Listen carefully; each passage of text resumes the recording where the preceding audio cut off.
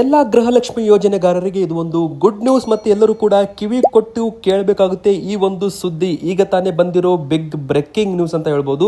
ಹೌದು, ಈಗಾಗಲೇ ಬಂದಿರೋ ಪ್ರಕಾರ ಗೃಹಲಕ್ಷ್ಮಿ ಯೋಜನೆ ಬಗ್ಗೆ ಒಂದು ಅತಿ ದೊಡ್ಡ ಸುದ್ದಿ ಬಂದಿರುವಂಥದ್ದು. 21ನೇ ಕಂತಿನ ಹಣ ಯಾವಾಗ ಜಮೆ ಆಗುತ್ತೆ ಇದರ ಬಗ್ಗೆ ಒಂದು ಮಾಹಿತಿ ಬಂದಿರೋದ್ರಿಂದ ಈ ವಿಡಿಯೋ ನೀವು ಕೊನೆವರೆಗೂ ಪೂರ್ತಿಯಾಗಿ ನೋಡಿ. ಹಾಗೆ ವಿಡಿಯೋಗೆ ನೀವಿನ್ನೂ ಕೂಡ ಲೈಕ್ ಮಾಡಿಲ್ಲ ಅಂದರೆ ಬೇಗನೆ ಈ ವಿಡಿಯೋಗೆ ದಯವಿಟ್ಟು ಪ್ರತಿಯೊಬ್ಬರು ಒಂದು ಲೈಕ್ ಮಾಡಿ, ಹಾಗೆ ನಿಮ್ಮ ಒಂದು ಊರಿನ ಹೆಸರನ್ನು ಕಮೆಂಟ್ ಮಾಡಿ, ಹಾಗೆ ನಮ್ಮ ಚಾನಲ್ಗೆ ಸಬ್ಸ್ಕ್ರೈಬ್ ಕೂಡ ಮಾಡ್ತಾ ಇರಿ ಗೆಳೆಯರೇ. ಹೌದು, ಈಗ ತಾನೇ ಬಂದಿರೋ ಸುದ್ದಿ ಪ್ರಕಾರ ನೋಡ್ತಾ ಹೋದರೆ 21ನೇ ಕಂತಿನ ಗೃಹಲಕ್ಷ್ಮಿ 2,000 ರೂಪಾಯಿ ಹಣದ ಯೋಜನೆ, ಈ ಒಂದು ಹಣ ಇದೆಯಲ್ಲ ಇದು ಮಹಿಳೆಯರ ಅಕೌಂಟ್ಗೆ ಜೂನ್ ತಿಂಗಳ ಕೊನೆ ವಾರದ ಒಳಗಡೆ ಅಂದರೆ ಜೂನ್ 22ರಿಂದ 28ನೇ ತಾರೀಕಿನ ಒಳಗಡೆ 2,000 ರೂಪಾಯಿ ಜಮೆ ಆಗಲಿದೆ ಎಂಬುವ ಒಂದು ಉನ್ನತ ಮಟ್ಟದ ಮಾಹಿತಿ ಬಂದಿದೆ. ಇನ್ನು ಕೆಲವು ಜಿಲ್ಲೆಗಳಲ್ಲಿ 19 ಕಂತು, 20 ಕಂತು ಮತ್ತು 21ನೇ ಜೂನ್ ಕಂತಿನ ಹಣ ಇನ್ನೂ ಕೂಡ ಬಿಡುಗಡೆ ಆಗಿಲ್ಲ. ಮತ್ತೆ ಬಂದಿದ್ರು ಕೂಡ ಕೆಲವರಿಗೆ ಬಂದಿದೆ, ಕೆಲವರಿಗೆ ಬಂದಿಲ್ಲ.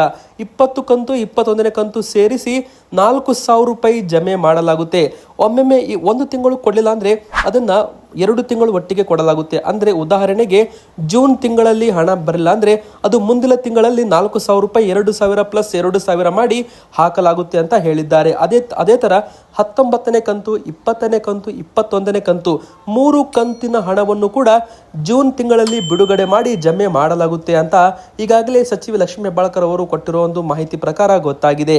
ಅಂದರೆ 6,000 ರೂಪಾಯಿ ಹಣ ಡೈರೆಕ್ಟ್ ಆಗಿ ಜಮೆ ಮಾಡಲಾಗುತ್ತೆ ಗೃಹಲಕ್ಷ್ಮಿ ಯೋಜನೆಗಾರರಿಗೆ ಅಂತ ಒಂದು ಮಾಹಿತಿ ಬಂದಿರುವಂಥದ್ದು. ನಿಮಗೂ ಕೂಡ ಏನಾದರೂ 19 ಕಂತು, 20 ಕಂತು ಮತ್ತು 21ನೇ ಕಂತು ಹಣ ಬಂದಿದ್ರೆ ಎಸ್ ಅಂತ ಕಮೆಂಟ್ ಮಾಡಿ, ಬಂದಿಲ್ಲ ಅಂದರೆ ನೋ ಅಂತ ಕಮೆಂಟ್ ಮಾಡಿ.